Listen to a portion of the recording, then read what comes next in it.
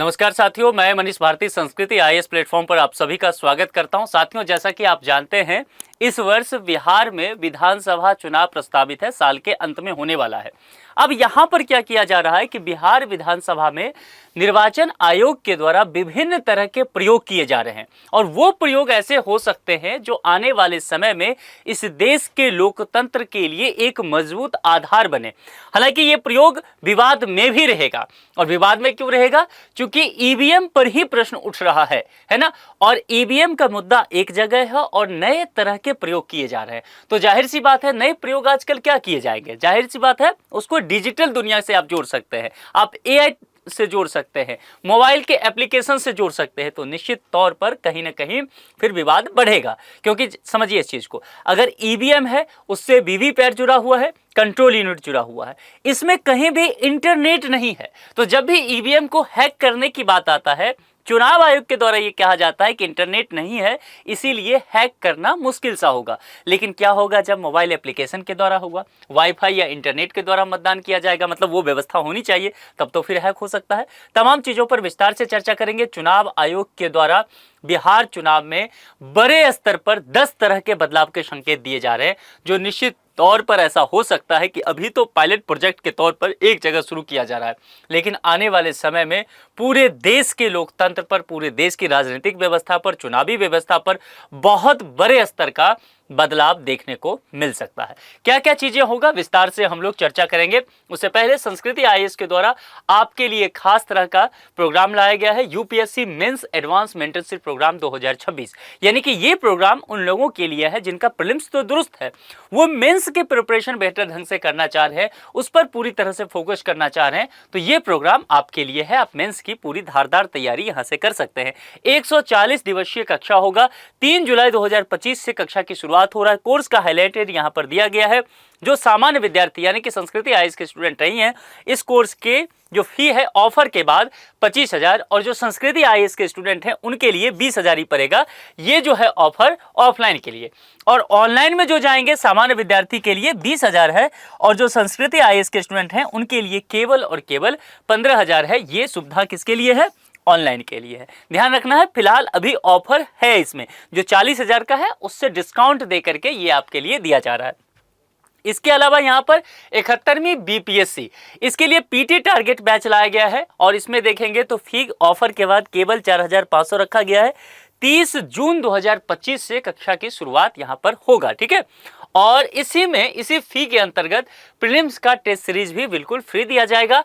आपको दिल्ली आने की आवश्यकता नहीं है, लाइव ऑनलाइन क्लासेज हैं। जिस जगह जहां पर है, चाहे वो आप पटना है, भागलपुर है, पूर्णिया है, दरभंगा है, समस्तीपुर है, घर बैठे जो है पढ़ाई कर लीजिए, ठीक है। और इन तमाम चीजों की जानकारी के लिए कॉन्टैक्ट नंबर दिया गया है 9555124124, या फिर sanskritIAS.com पर विजिट कीजिए। तमाम जानकारी तसल्ली से लीजिए, उसके बाद जो है अपने मन मुताबिक कोर्स में नामांकन करा लीजिए। अब चलिए जरा मुद्दे पर लौटते हैं कि 10 बड़े बदलाव जो है, जो अभी तक नहीं हुए हैं, उसमें क्या क्या बदलाव करने की बात की गई है। अब देखिए, अभी से ही जैसे ही बदलाव की बात किया गया तो फिर यहां पर राजनीति शुरू हो गया है, जहां पर एनडीए जो है, यानी कि एनडीए कहने का तात्पर्य हो गया कि उसमें कई दल जो गठबंधन में है, एक तो नीतीश कुमार जो कि मुख्यमंत्री हैं, उसके बाद भारतीय जनता पार्टी उसमें है, विभिन्न और जो छोटे मोटे घटक दल हैं, ये एक तरफ जो अभी सत्ता में है खुशी जाहिर कर रहे हैं, इसको स्वागत योग्य कदम बता रहे हैं।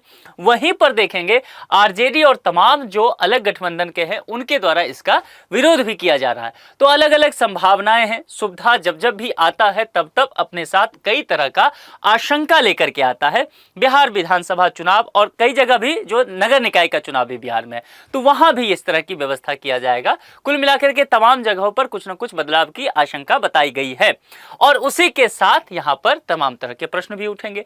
अब क्या 10 नए कदम किए जा रहे हैं, इसको लेकर के सबसे पहले देखिए, यहां पर देखिए लिखा हुआ है Bihar becomes first state to adopt e voting system for urban polls. यानी कि जो नगर निकाय का चुनाव होने वाला है, समझिए इस बात को, पहले मैं क्या कह रहा हूं, पायलट प्रोजेक्ट के तौर पर अभी जो नगर निकाय का चुनाव होगा बिहार में कुछ जगहों पर, वहां पर ई वोटिंग की सिस्टम लाया गया है। ई वोटिंग बोले तो मोबाइल के द्वारा ही चुनाव आयोग के द्वारा एक एप्लीकेशन बताया जाएगा, उस एप्लीकेशन को अपने एंड्रॉयड फ़ोन में डाउनलोड करना है। वहाँ पर फिर प्रोसेस बताया जाएगा कि घर बैठे ही कैसे आप वोटिंग कर सकते हैं। कुछ खास लोग इसके लिए पात्र होंगे, जिसमें गर्भवती महिला है, दिव्यांग पुरुष हैं, अशक्त रोगी हैं, वृद्ध व्यक्ति हैं जो 80 साल से ऊपर के हैं, कुछ इच्छुक लोग भी हो सकते हैं, और खास करके प्रवासी लोग, चूंकि बिहार की एक बड़ी तादाद पलायन करके बाहर रहती है। इन सब के लिए ये सुविधा दिया जाएगा और निश्चित तौर पर ये इस पूरे देश के राजनीतिक सिस्टम को, चुनावी प्रक्रिया को बदलने का एक बहुत बड़ा कदम हो सकता है। ये भी पायलट प्रोजेक्ट है, हो सकता है बिहार विधानसभा में भी इसे लागू कर दिया जाए। आगे बढ़ते हैं। बायोमेट्रिक सत्यापन में सुधार की बात की गई है। आपने ये सुना है कि एक ही मतदाता आते हैं और कई बार जो है मतदान करके चले जाते हैं। एक बार आते हैं, कोई महिला आ गई, घूंघट डाल के यहाँ तक आ गई, दूसरी बार सलवार सूट पहन के आ गई, तीसरी बार बुर्का पहन के आ गई। तमाम तरह के ऐसे न्यूज हम लोग देखते रहते हैं। यानी कि अलग अलग लोगों के नाम पर एक ही व्यक्ति जो है फर्जी वोटिंग कर रहे हैं। तो इन सब चीजों की पहचान के लिए कहा गया है कि अब जो है बायोमेट्रिक तकनीक को मजबूत किया जाएगा, ताकि दोहरी वोटिंग की संभावना खत्म हो जाए। एक बार जो एक व्यक्ति वोट कर दिया, बायोमेट्रिक कैसे, जैसे आपका फिंगरप्रिंट ले लिया, तो आप अगली बार आओगे तो आपका फिंगरप्रिंट पहले से मैच हो जाएगा। जैसे आधार कार्ड आपका है, आपका दूसरा आधार कार्ड एक ही व्यक्ति का नहीं बन सकता है, नहीं बन सकता ना, ठीक है, ऐसा ही बात वहां पर होगा। तो दोबारा जो है वोटिंग करने एक ही व्यक्ति 2 बार नहीं जा सकते हैं। जागरूकता के लिए यहां पर देखिए, मतदान के लिए बहुत जरूरी क्या है, अवेयरनेस लाना है ना। इसीलिए आप देखते होंगे कि कुछ ब्रांड एम्बेसडर बनाए जाते हैं, मतलब चुनाव आयोग के द्वारा कुछ क्रिकेटर होते हैं, कुछ फिल्म स्टार होते हैं, वो प्रचार करते हैं, लोगों को जागरूक करते हैं कि घर से निकलिए और जा करके वोट दीजिए। क्यों? क्योंकि भाई आप अगर ऐसा करते हैं तो लोकतंत्र इससे मजबूत होगा, क्योंकि जिस व्यक्ति को आप चुनेंगे वही आप पर शासन कर रहा होगा। तो अच्छे और सही व्यक्ति को जाकर के चुन लीजिए। ये बातें यहां पर की गई, तो इसके लिए जागरूकता किया जाएगा। अब जागरूकता में क्या किया जा रहा है, एआई आधारित चैट बॉट का इस्तेमाल किया जा रहा है। चैट जीपीटी जैसे इस्तेमाल करते हैं, व्हाट्सएप आप इस्तेमाल करते हो, उसमें भी दे दिया गया है एआई जो आधारित चैट बॉट दिया गया है, यानी कि बातचीत आप कर सकते हो। वैसा ही कुछ यहाँ पर भी व्यवस्था किया जाएगा। मतदाता जो है उससे बातचीत कर सकते हैं, तमाम तरह के चैटबॉट मोबाइल से या वेब पर उपलब्ध होगा, चुनावी संबंधी तमाम तरह की जानकारी ले सकते हैं। अब यहाँ वोटिंग के लिए पास सिस्टम की व्यवस्था भी की गई है। कहा गया है कि विशेष परिस्थितियों में मतदाता को ऑनलाइन आवेदन कर ई पास मिलेगा, जिससे वे आसानी से मतदान केंद्र पहुंच सकेंगे। और इस सब का पूरा कोशिश क्या है कि मतदान का जो प्रतिशत है उसको क्या बोलते हैं, चुनाव आयोग एक शब्द देता है, कहता है फाइनल वोटर टर्नआउट।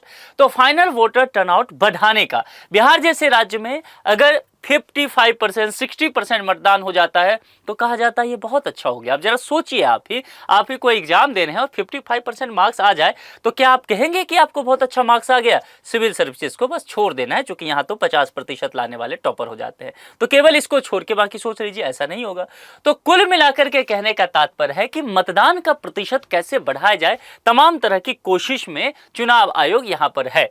चुनावी प्रक्रिया में ड्रोन सर्विलांस, देखिए ड्रोन का इस्तेमाल जो है ना वो बढ़ता ही जा रहा है। चाहे भारत पाकिस्तान के बीच युद्ध हुआ, सब अपने अपने घर बैठे ड्रोन लड़ाई कर रहा है। ऐसा ही देखेंगे उधर हमास और इजराइल में हो रहा है। तो कुल मिलाकर के ड्रोन का अलग अलग उपयोग किया जा रहा है। अब यहाँ पर चुनाव के प्रक्रिया में ड्रोन सर्विलांस लगाने की बात की जा रही है, यानी कि मतदान के दौरान हम सभी जानते हैं कि विभिन्न तरह की अनियमितता होती है, और 90 के दशक में बिहार में तो बूथ ही लूट लिया जाता था। लेकिन समय के साथ चीजें बेहतर हुआ, लेकिन फिर भी छिटपुट घटनाएं तो हो ही जाती है। इन सब चीजों पर नजर रखने के लिए ये कहेगा कि ऊपर वाला देख रहा है, मतलब ड्रोन भाई साहब ऊपर से ही देख रहे हैं और वो निगरानी करके सूचना दे रहे हैं पुलिस स्टेशन को। तो कुछ भी ऐसा अफरा तफरी का माहौल रहेगा तो उससे निपटने के लिए पुलिस व्यवस्था चाक चौबंद होनी चाहिए। दूसरी बात, आगे वोटिंग बूथों की संख्या में वृद्धि करना सबसे महत्वपूर्ण बात यह है, क्योंकि बिहार एक ऐसा राज्य है जहां पर मतदाताओं की संख्या अधिक है, जनसंख्या अधिक है और वोटिंग बूथ की संख्या कम रहता है। इस वजह से क्या होता है कि एक ही बूथ पर देखेंगे भारी तादाद में लोग पहुंचते हैं, और लोगों का पहुंचने का एक पैटर्न होता है। पैटर्न क्या होता है, लोग सुबह के समय पहुंचते हैं, 10, 11, 12 बजे तक पहुंचेंगे, फिर शाम में 4 बजे या 3 बजे से वोटिंग डालना शुरू करते हैं। बीच में दोपहर जो समय होता है, जिसमें धूप कड़क होता है, उसमें लोग नहीं जाते हैं। तो क्या होता है, एक तो बूथ की संख्या कम, सुबह और शाम बहुत भीड़ लगता है।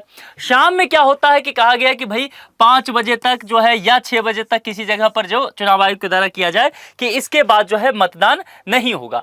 अब मतदान नहीं होगा कहने का तात्पर्य यहां पर यह हो गया, एक बात समझ लीजिए कि अगर 5 बज गया हो लेकिन जो लोग लंबी कतार लगा करके लाइन में खड़े हों उनको तो आप घर नहीं भेज सकते हैं, वो फिर आ गए मतदान केंद्र पर, वो मतदान करेंगे और बूथ की संख्या कम है तो फिर समय ज्यादा लग जाता है, 7 बज जाता है, तो फाइनल जो डेटा है वो अपलोड नहीं हो पाता है वहां पर जो अधिकारी होते हैं उसके द्वारा।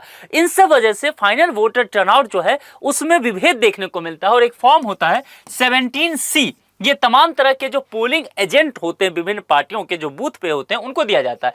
तो इस डेटा और फाइनल वोटिंग टर्नआउट के डेटा में वेरी होता है, फिर आरोप लगता है ईवीएम पे। यही ईवीएम पे आरोप लगने का पूरा जो है जो तंत्र है वो मैंने आपको समझा है। तो कुल मिलाकर के चुनाव आयोग की कोशिश है कि इससे बेहतर है कि वोटिंग बूथों की संख्या में वृद्धि कर दो। इससे क्या होगा, भीड़ कम होगा। अगर जैसे फिर देखिए कोरोना आने लग गया है तो सोशल डिस्टेंसिंग को थोड़ा सा बनाए रखा जाएगा तो मतदान केंद्र पर व्यवस्था सुदृढ़ हो सकता है। 7वां चलते हैं, मोबाइल ऐप के माध्यम से पोलिंग स्टेशन की लाइव जानकारी भी लेने की बात की गई है। मतदाता जो है अपने नजदीकी पोलिंग स्टेशन का लाइव स्टेटस मोबाइल ऐप पर देख सकते हैं कि कितना भीड़ है, कितने लोगों ने मतदान कर दिया है, किस समय खाली है, हमें जाना चाहिए, ये सारी जानकारी। तो एक बेहतर प्रक्रिया हो सकता है। दूसरा, मतदाता शिकायत निवारण तंत्र में तेजी, क्योंकि जिस दिन वोटिंग होता है आप जानते हैं चुनाव आयोग का सरदर्द हो जाता है, क्योंकि हर जगह आता है कि भाई यहां पर मशीन खराब हो गया, वहां पर दंगा हो गया, यहां पर मतदान पर जो है फलाने नेताजी आ गए हैं, ये सारी परेशानी चलता रहता है। तो कुल मिलाकर के शिकायतों के निवारण के लिए 24/7 हेल्पलाइन और तेज प्रक्रिया प्रणाली चालू करने की बात यहां पर की गई है। 9 पर आएंगे। नमा जो नंबर है, समाज के विशेष वर्गों के लिए सुविधाजनक इंतजाम किया गया है। और विशेष वर्ग कहने का तात्पर्य ये नहीं है कि नेताजी की बात की जा रही है। विशेष वर्ग मतलब यहां पर इस बात से है कि जो बुजुर्ग व्यक्ति हैं, 80 साल से ऊपर हैं, दिव्यांग हैं, महिला मतदाता है, गर्भवती महिला है, असाध्य रोग से पीड़ित है, इन सब चीजों के लिए क्या है कि कुछ विशेष सुविधाएं दीजिए ताकि वह उनका मनोबल बढ़े, वो मतदान कर सके, है ना। मोबाइल बूथ इनके लिए दीजिए, आप रैंप आदि की व्यवस्था दीजिए। इस तरीके से आप मतदान को बढ़ा सकते हैं, बाकी लोगों का मनोबल भी बढ़ेगा। अब 10वां क्या है, महत्वपूर्ण, चुनाव प्रचार की निगरानी के लिए सोशल मीडिया मॉनिटरिंग। आजकल फेक न्यूज बहुत ज्यादा हो गया है, न्यूज कम होता है, फेक न्यूज ज्यादा होता है। जो जितना बड़ा पत्रकार वो उतना ज्यादा फेक न्यूज करता है, ये हम सब आज जानते हैं, बताने की आवश्यकता है नहीं। तो फेक न्यूज और गलत प्रचार को रोकना बेहद जरूरी है।